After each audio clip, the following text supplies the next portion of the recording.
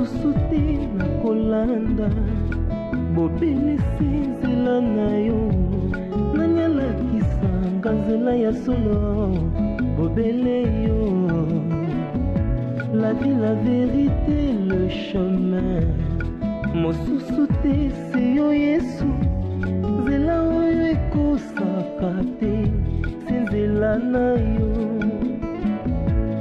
bayebatalelaka yo bayokisa masoni te papa ya borfelin bana bitike mosungi ya baveuve mobikisi oyo asekolanga ye liboso ya banguna nanga alongolanga na maboko ya bayini banga.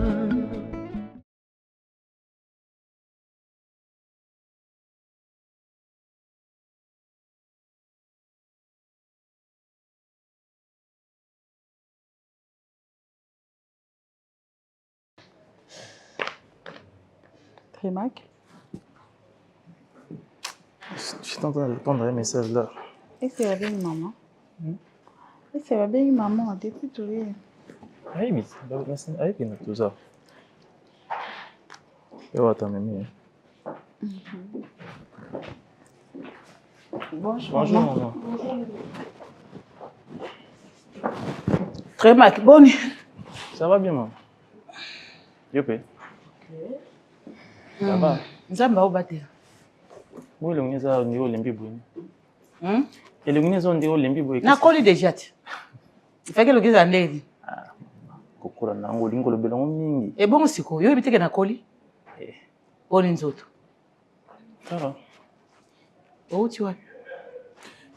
Toi tinda kuna. C'est Nico. Depuis les balles, c'est même Nico. Na séparé tous les total là yo. Mon a été baso koza bien, mais na moni ko tu pesi ka ngombo. O moni bango te. O moni ko na hote na bukilo na. Crémac. Non. Wa osolo wa apprendre ngani. Pourquoi osolo ngana loba? Ngana koko. Yo boti déjà. Yo boti déjà. Maman. Komeka ngate bisika to vandi kimia boye, neti de to sabo nazomona yo. Nazomona yo. Mamilo. Namoni yo lelo on dirait mouvement za penza te. Kimi ezali? Amen. Bonjour maman. Bonjour Yaya. Amen. Ma fille habite au combien? 25 000 Yaya. On va bien, hein? Ça va bien. La cancer au zoba Mamilo. Eh, non, le banayo. 25 dollars. 25 000 Yaya.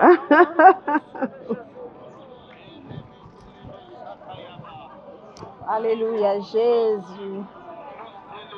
Pardon Yaya. Mon ozu wapi Yaya? Oyo Zambio. Yaya. Ozozwelo mususu. Obusane, nasamba ifufu déjà lobi. Ah, Yaya. Otikalaki na 3000 oya porteur na futaki ya. Ah, d'accord. Yaona naenda pena pesa. Ukopata pesa chena kocha. Ah, okay. Mais ozote kabisa pe mapango ozoli ya pena pesa.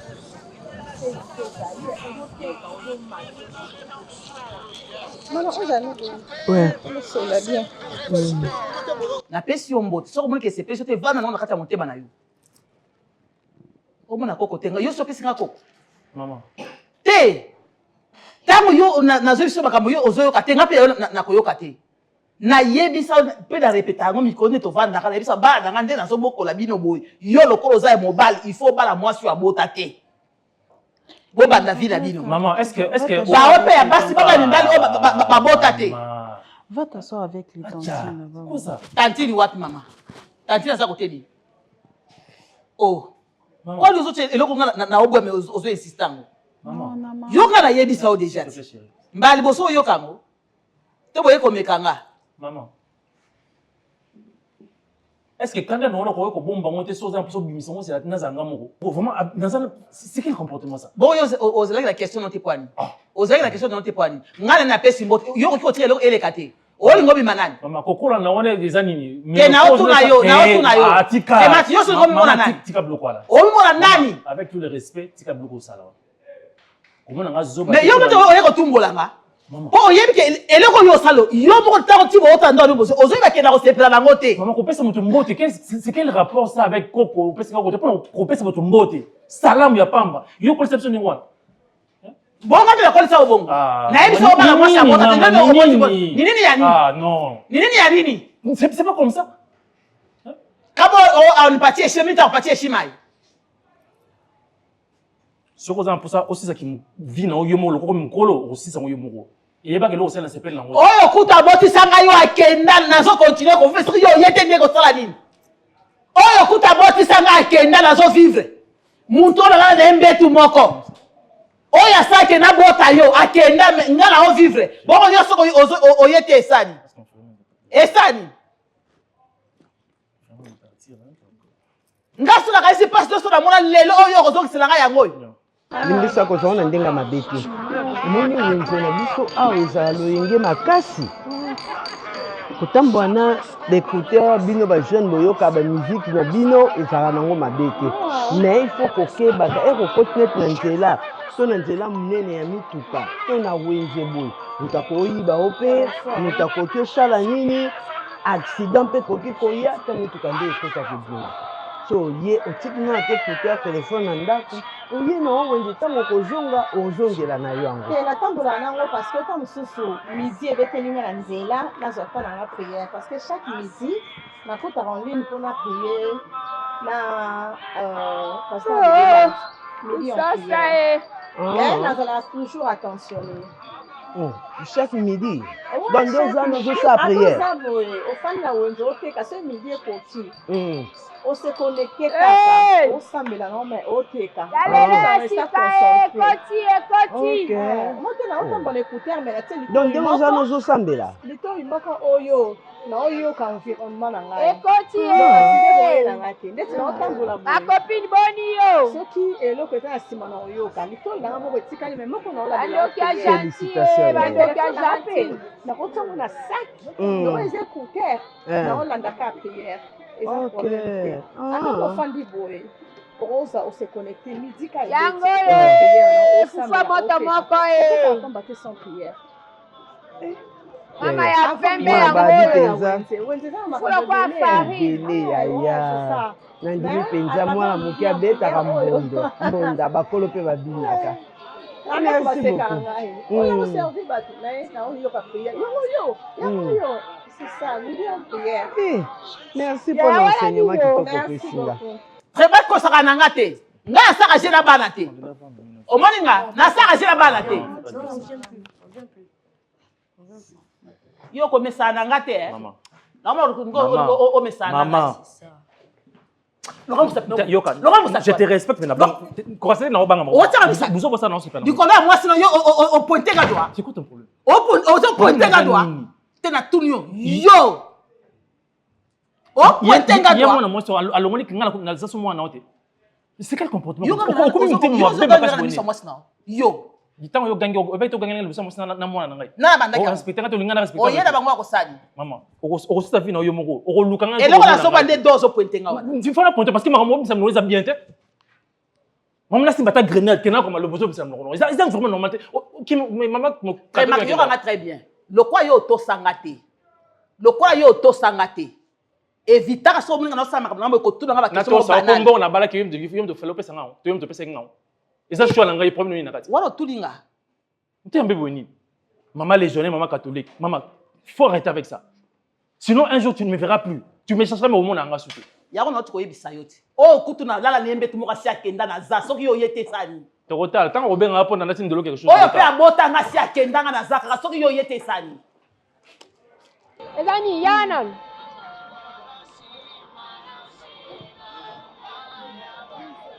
Maman, attends combien? Maman, attends combien? Maman, on peut ça va pinter, puis appuyer. Tout n'est. Milo, sali ma bépété à tout ni kaka yaya. Yaya, combien? 3500.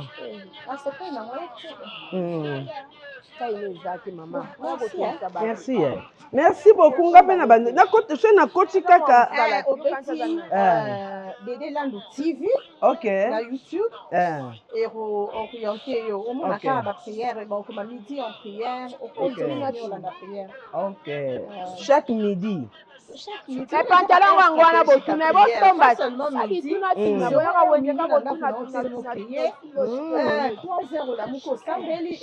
stratégique mais midi penza eza telema kana losambo donc nabetaka boso na bosani pasteur Dédé Landou nakobetani te obosana te so beti pasteur Dédé Landou omona midi en prière. Ah, midi en prière. OK. Merci beaucoup Yaya Nzamba pambola yo. Osomba lisu te.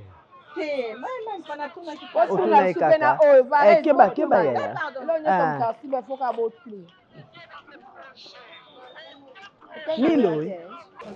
Milo. Tant muso sala mabe Nani?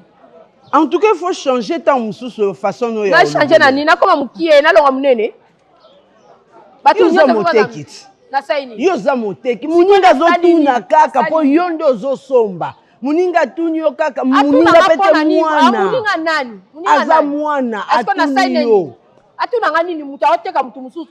Ifala la ngala tiki fala landa somba. Ba bozaka o sali kam kote mususu tama kam kote mususu. Esele mno kote me kuna ngala tala ibino. Ape na simbi vares yo pe tunat 15000 tunat. Bengana simbe lokote kolanda kanga limbisa unamtai wenzo na ndenge naye limbisa Milo ezali kambo ya wenzete limbisa ezaki remarque lokolo boyi na yo olobi mabesi malimbisa balimbisi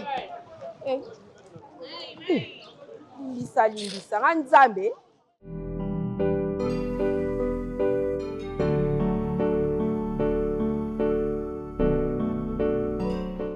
nini yango tosolola ti kasi ngai oyo bana lo tosola ti botalana bolinga bosenga eloko nde kosolaka kosenga eka bosenga nga kaka boyi eloko nini so bosalaka lisusu mama. Mais on va te parler, hein, vraiment sérieusement. Je crois que tu veux laisser la parole à la grande. Non, vas-y, moi, je vais te dire, bakolo babinaka. Si tu le dis. Bon, maman. En tout cas, ton comportement, tout ça, c'est pas monté, comme je viens de le dire. Qu'est-ce qui fait en sorte que vous allez avoir une réaction ou vous allez avoir une presque? Pourquoi c'est sur le cœur? Pourquoi retenir ma propos, genre que attention presque à beauté à la moine et notre confrère ne peut pas être son époux. Malheureusement, enfin, je peux dire heureusement, Bala l'a déjà. Et que toi, tu n'es pas d'accord. Ma relation Wana, juste parce que, tandis presque à beauté déjà. Le petit qui n'est pas le fils de notre confrère, mais basé déjà dans la liaison, déjà, ça veut dire que le fils a déjà notre confrère. Et pourquoi est-ce que ça te fait tellement mal? J'ai l'impression que et ça la kangama wala otuninga mutuna ça la ngama be po ya na bino atosi mibeko nanga te ona boko la bino mibeko na bino boyebi yango te. Oh maman, mibeko remarque ayebi très bien ke ngai na loba boyi na vie na ele kwa na boti te akoki kobala mwasi wa bota te. Et pourquoi? Oya bota akoki kobala ete même bino pendenge boza boyi boki kobala mibalo ba bota te.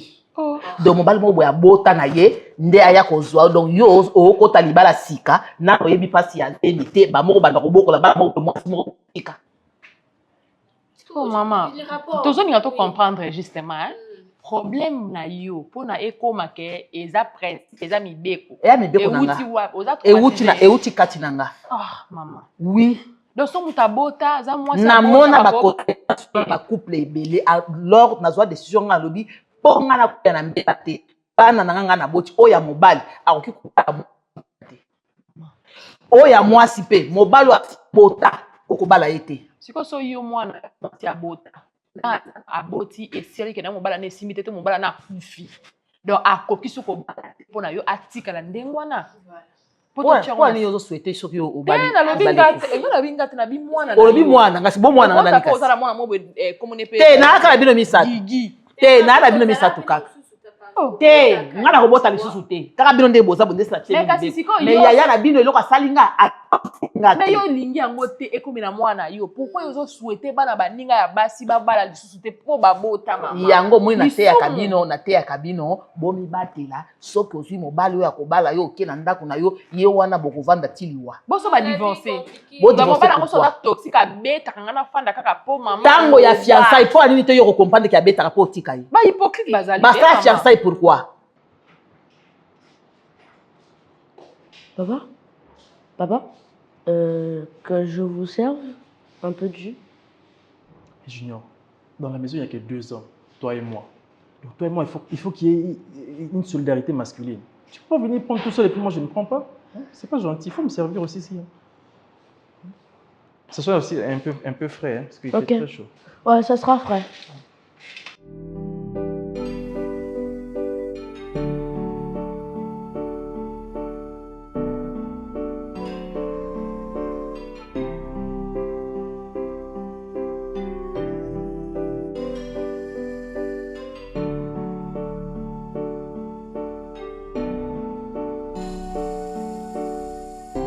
Tiens, papa. Ah, super. Papa, est-ce qu'on peut un peu parler, toi et moi? Tu dis? Est-ce qu'on peut un peu parler, toi et moi? Tu me fais peur. Qu'est-ce que... Non, mais j'ai envie de dialoguer avec mon père. C'est tout.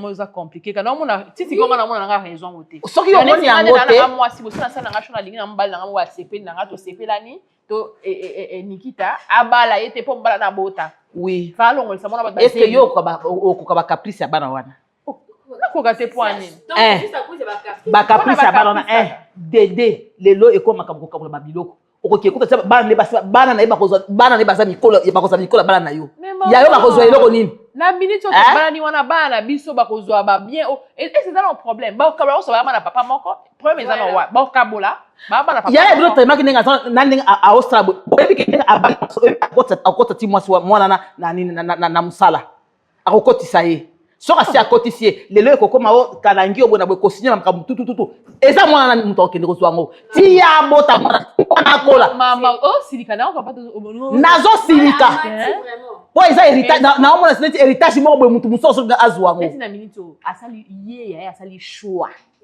alingi mwasi na ye babalani déjà siko ngana saidi okenda ka pe libala siko problème eza nini na minito o libala ngo yo mona na bina yo mona na bina nde mama zaka mwana abali abini yo mona na bina et puis maman tu es la compliqué kaka OK finir si bossa monta musala na est-ce que c'est normal je parlais de le petit junior il était ici la dentine presque il y a bazaka abenga meme oui naza memete nanu boboti te bimisi ba propos moko ba blo moko ka on s'est devant le petit tu sais pas ce que tu crées en lui. C'est ça. akoyebanga pona aji aza nango na tia asisaka baklasse na tia atangaka wana nga nakufi deja te est-ce que nga nakolia ata mbongo na ye nyonso ezalaka intérêt botika ngai bozokomplike nga pourquoi bozokomplike nga pourquoi bino olinga bongo mibeko nanga pourquoi. En fait, papa, je vous aime beaucoup. C'est pour cela que je viens vraiment parler avec vous parce que j'ai besoin vraiment d'avoir d'avoir l'esprit calme. Papa, je sais, mon père est mort. Vous êtes mon père, je vous aime beaucoup, mais quand il y a Mémé qui vient, elle dit toujours que non, je ne suis pas votre fils. En tout cas, moi, ça me fait mal et tout. Je me dis, pourquoi alors mon père est mort? Des fois, je me demande pourquoi il est mort. Maintenant, on commence à me traiter trop d'orphelin. Et quand je trouve un nouveau père, on me le dit qu'il n'est pas mon père. C'est Mémé qui te raconte ces histoires. Que tu n'es pas mon fils. Elle me dit non.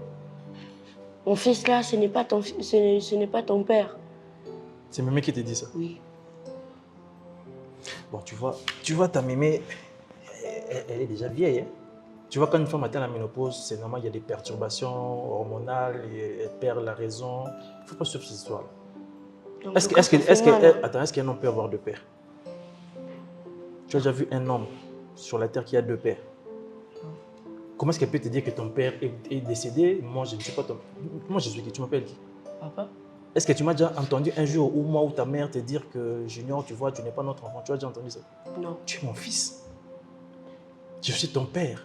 Je ne suis pas ton tuteur, je suis ton père. Donc tu n'as pas à avoir l'esprit agité parce que Mémé vient... D'ailleurs, je ne savais même pas qu'elle te raconte des choses pareilles. Je ne peux pas tolérer ça. En tout cas, ça fait mal. Hein? Non, écoute, il faut pas mettre ça dans ton cœur. Moi, j'aimerais que tu te concentres sur tes études, tu vois. Tu es là dans cette maison où tu es à l'aise, tu as ton père, tu as ta mère. Tout ce dont tu as besoin, nous faisons un effort pour que tu puisses avoir cela. Atayo! Mobalo asi aboti awate! Nalbi pe la silisi. Maman, destin, c'est Dieu, c'est pas nous. Justifie Je suis heureuse. Bana 4, okotira la kosa le reste. Bana wala so mama bango bazali babanda obenga mobali na yo. Bakobanda kobenga ye. Bakobanda osenga mwa minerva so baza kuna. Bakobanda kokutana. So bakozo na yo koye. Bana ye, bazala ndako na ye. Akobanda koya kotala bala na ye. Ozobala bisika bolingo za compliqué. Ngai nalingi te. Pona nyonso nalingi te. Muntu akochange nga aza te. Na boyi. Maman, toujours sur la entre filles. C'est pas la peine de crier. Bon, bozo samisanga poani. Na boyi na ko solo. Peut-être ça la traumatisme mo boye, vous aura ouvert, peut-être comme là yo. Na sangisi nyonso. Na tie mibeko. Na tie mibeko esili. Muntu atuna ngelo kote. Bino boza mayele te.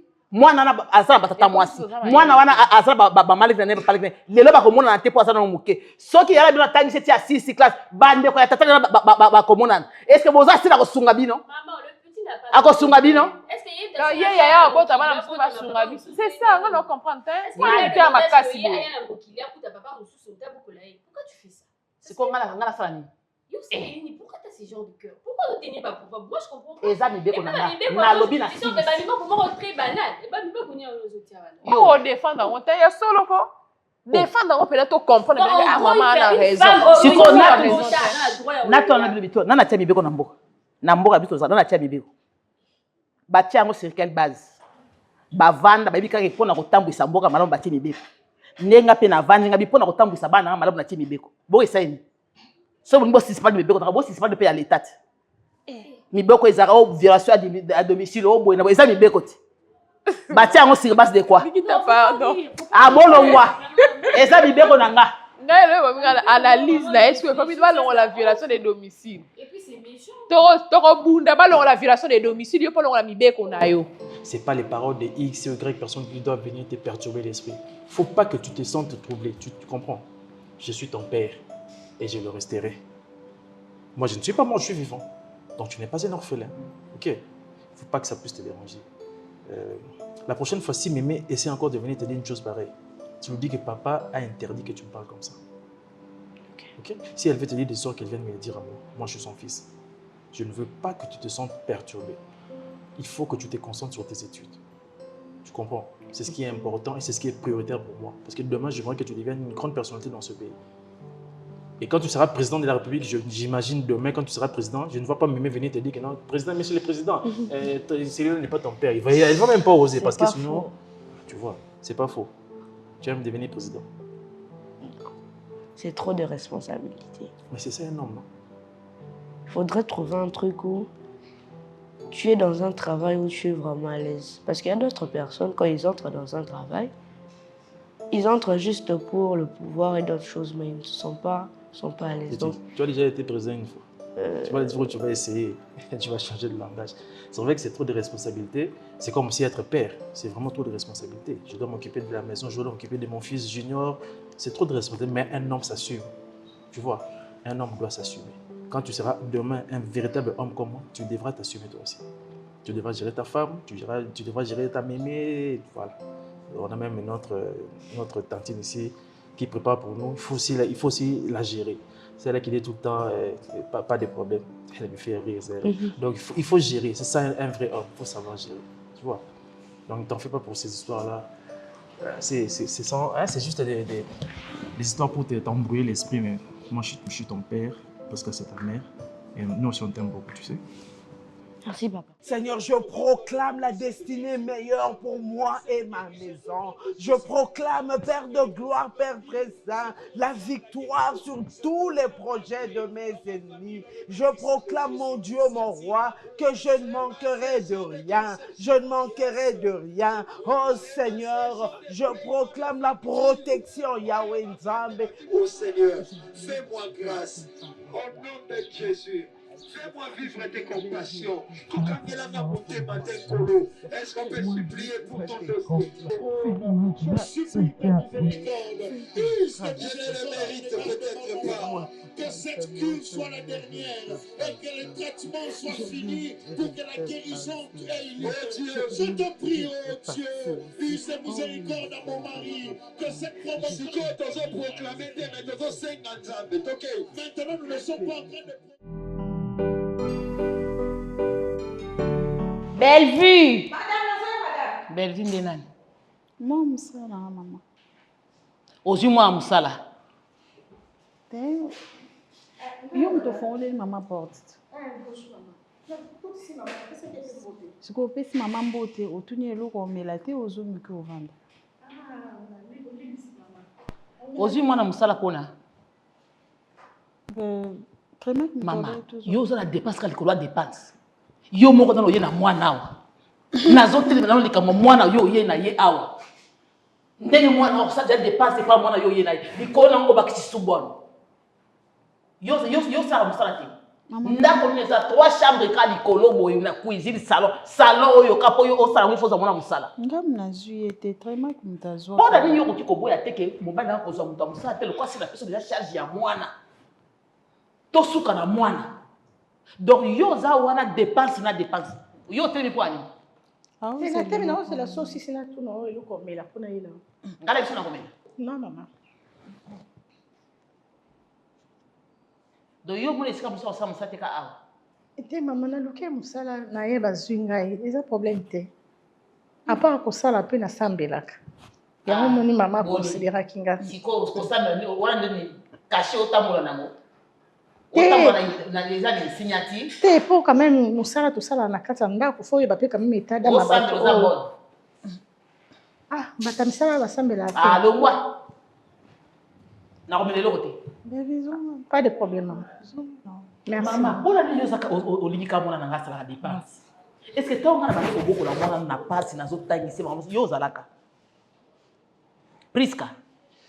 Yo zalaka. No zala ndenge nini naza mama famille. Mais siko ndenge nini mwana bandi musala ndenge bandi musala zi mwana ndako ne ya bandi boye mbala moko yo nano oye na mwana.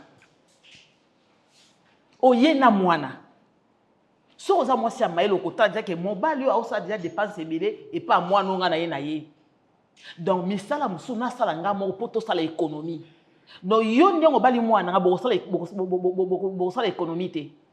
Iye moko tangisi lo mwana iye moko afuta bon siko yo nengo vandi boy nengo ochubi makasi bozo kende wapi o sani ndo olamika na tongo chubi ovandi bona sala makamoso pona fendi mabo pesa kembo non ki réunion ozo kende réunion yango zueli bon yo yaki na mwana okune pa na ngako sani aya ko senga ngap ma meme ti se pona ni ngana ona ko meme te. Non, on a comme mété. Moi, on a na beauté. Maman, junior aza moi muke, ba tempérament na biso a comprendre en côté. Il y a au monde en qui osa mémé, ayebi que très max c'est son père. Ngana ko lati sanga ki mémé na ko mémété. Okinga, ko lati sanga ki mémété. Ngana na ko mémété. Nazana no mama. Non, on a ko mémété. Yango siko no bovanda, siko ndengo vanda osho bandizemi. Maman.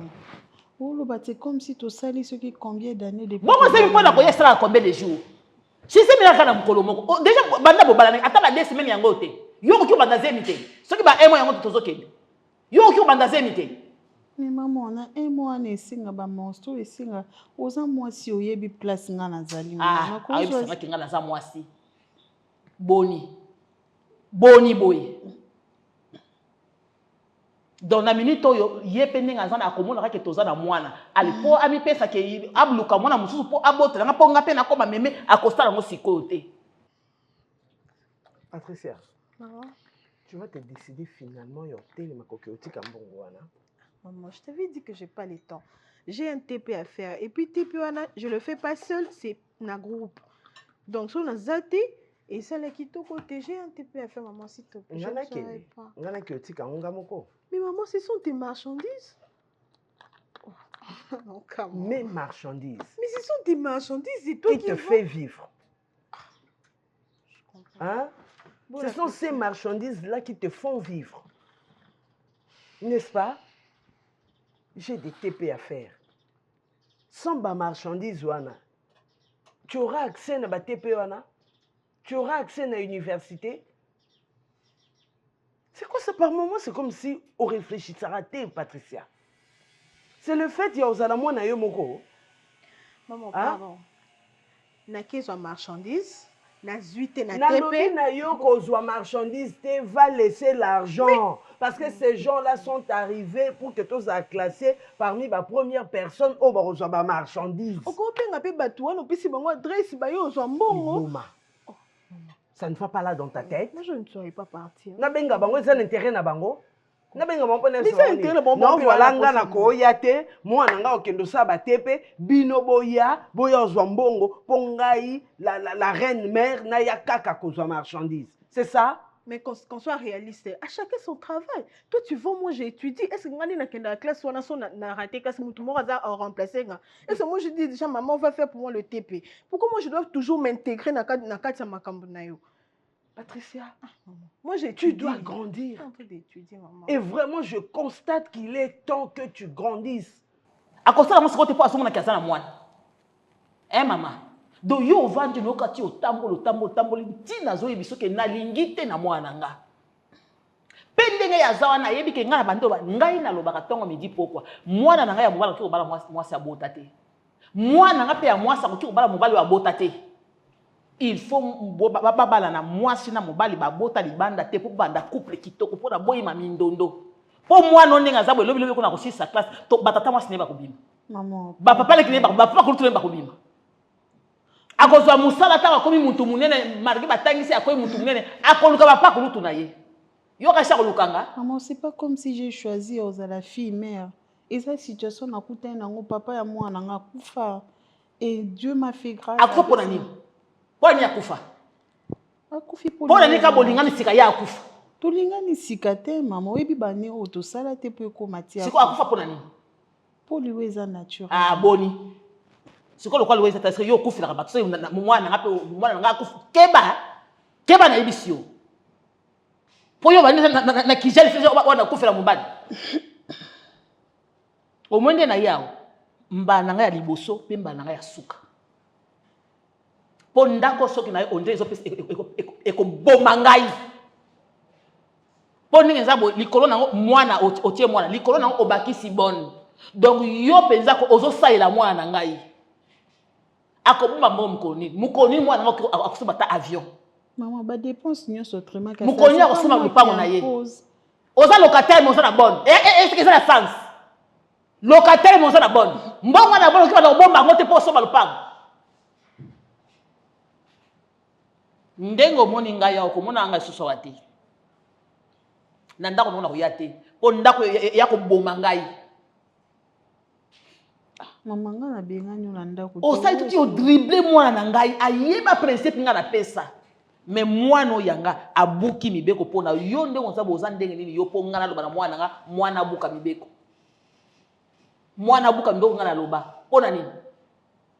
Et puis na solola na yo. Pona yo ko tatke mama oyo aboyi na mwana na ye.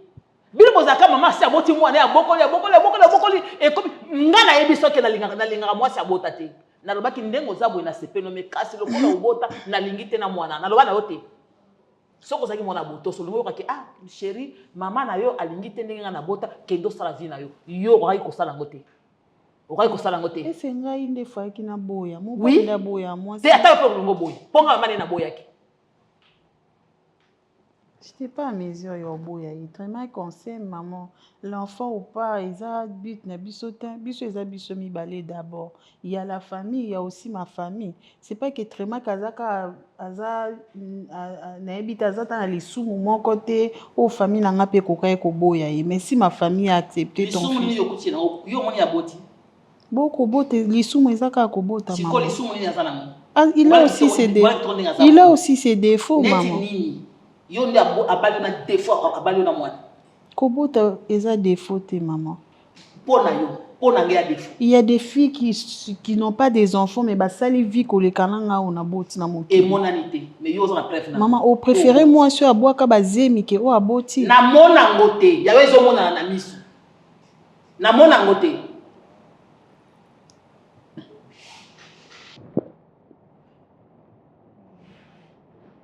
Mais moi, je ne pouvais pas pécher, maman. On a zémité pour natika la moi sur la zone. Non, le baté, nazo et biso. Au moins, le gars pas botate. Pour déjà maïle et les kio déjà dé. Ozo dribe moi na kaboy.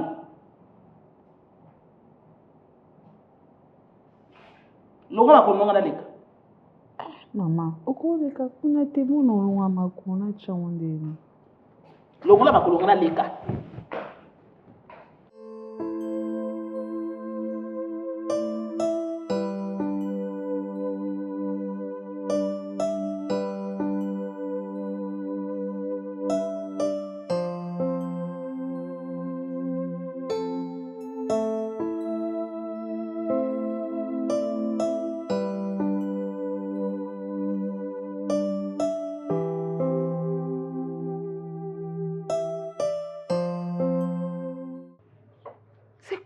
Patricia, tu sais, moko nga ko banda po fandi lobi, maman nanga asala mingi.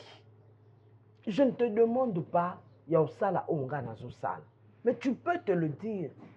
À quel âge, tu avais quel âge? Okutanga na musala oyo. Tu as quel âge aujourd'hui? Hein? Okoki lo bape que non, voilà lelo, maman vanda nano pema. Comme ça, nga na kende na nupe, na kende koteka, pour que na pe sa maman ta kinya ya journée moko. Mais ça ne t'arrive jamais, à moins que vraiment na senga yo yango. À moins que na senga yo yango. Ce n'est pas ce que je t'ai dit. Oui, c'est ça. Non. Tu sous-entends, c'est non, ça. Non. Je vais arrêter. Sinon, je vais arrêter. La qui n'a me cassé en 1000 morceaux pour te donner la scolarité. Patricia, eza bana msuna ajo ba commise la ba charge ya classe bango moko. Mais yo, na bic, na crayon, na gomme et utake pa nanga. Je fais ça parce que na yebi ke na zakaka na yo. C'est que moi j'ai enduré, na ko permettre te que yo poko ko vivre ango. Voilà pourquoi nous allons bâtir là on a pour yo. Mais à toi de comprendre aussi que ma mère a des limites. Oh Zélanine, les jours je m'affaiblirai totalement pour que Olela, pour que comme okende ko luka, banoko oyo luka katelelo, pour que comme ko luka famille tata oyo luka katelelo, parce que ta mère est encore forte. Prends conscience Yaya. Prends conscience. Tu as bien dit.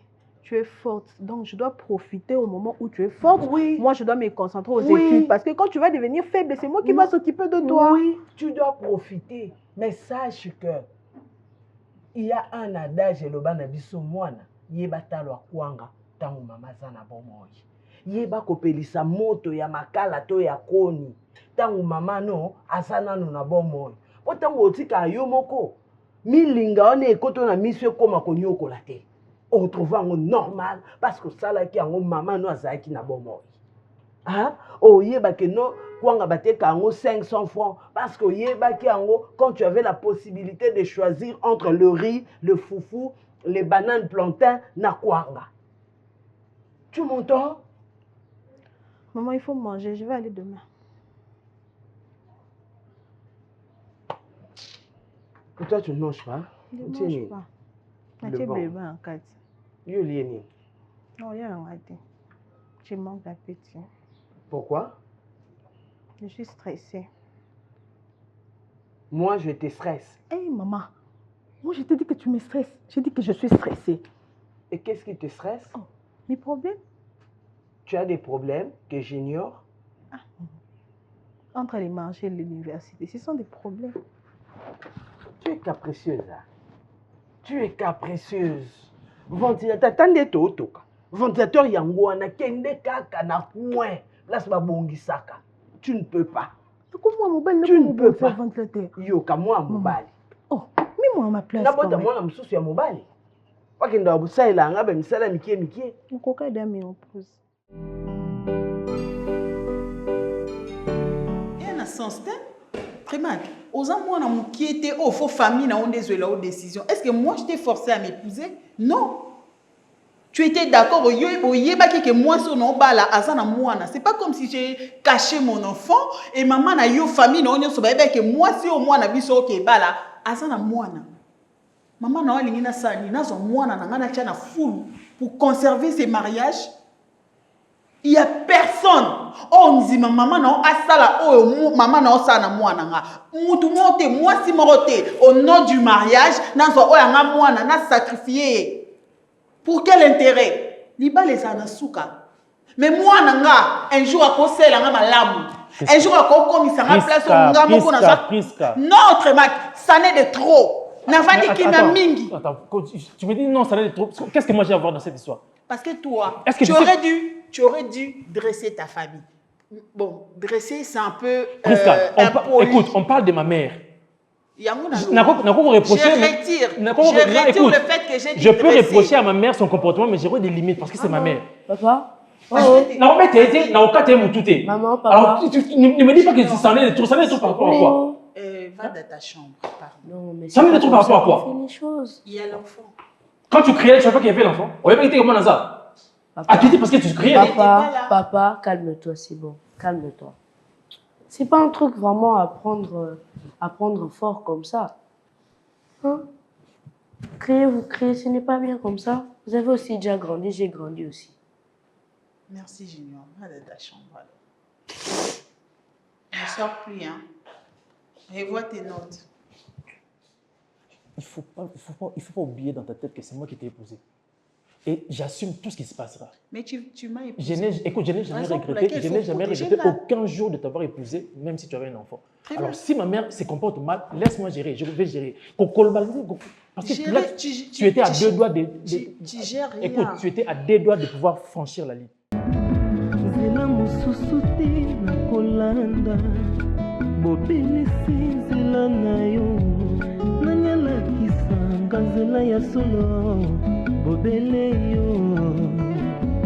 La vie, la vérité, le chemin.